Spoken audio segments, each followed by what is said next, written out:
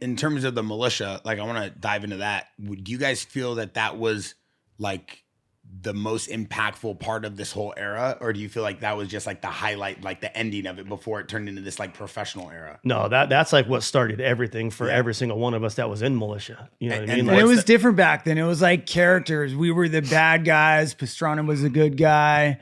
Flying Hawaiian. It was just like, it was different. Like it was all like characters. That during the time, like that narrative back then was like what you guys wanted. Like you guys were the bad guys and Pastrana's a good guy. Yeah, I mean, once again, I think we were just smoked out every day. We were just smoking weed. We didn't really realize. I mean, I don't think we did. No, we're like, we didn't realize. I was always a fan of Pastrana. I always loved what he did because the dude was so talented. But we were always like, dude, that dude's so nerdy. He's always like fucking thumbs up on the podium, and we're on the podium like, fuck you. We're throwing rocks at the judges. Like, it was just different lifestyles from different places. Like we were Southern California, he was East Coast. Like it was just different, you know?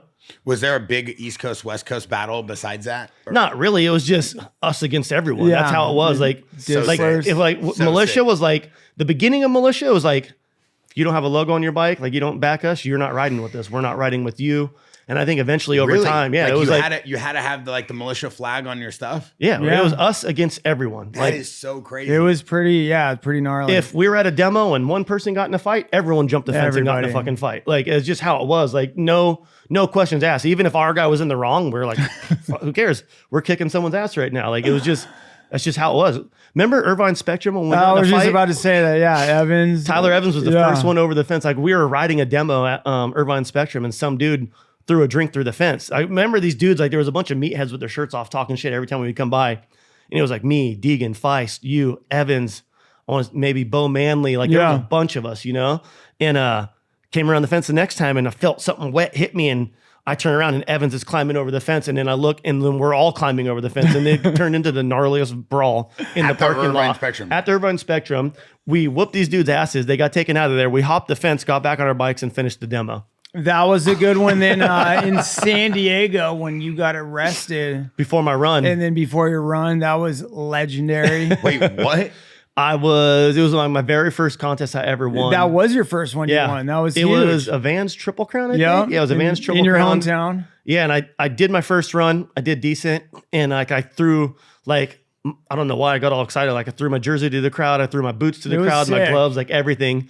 And then hopped in the stands, hung out with all my friends and family.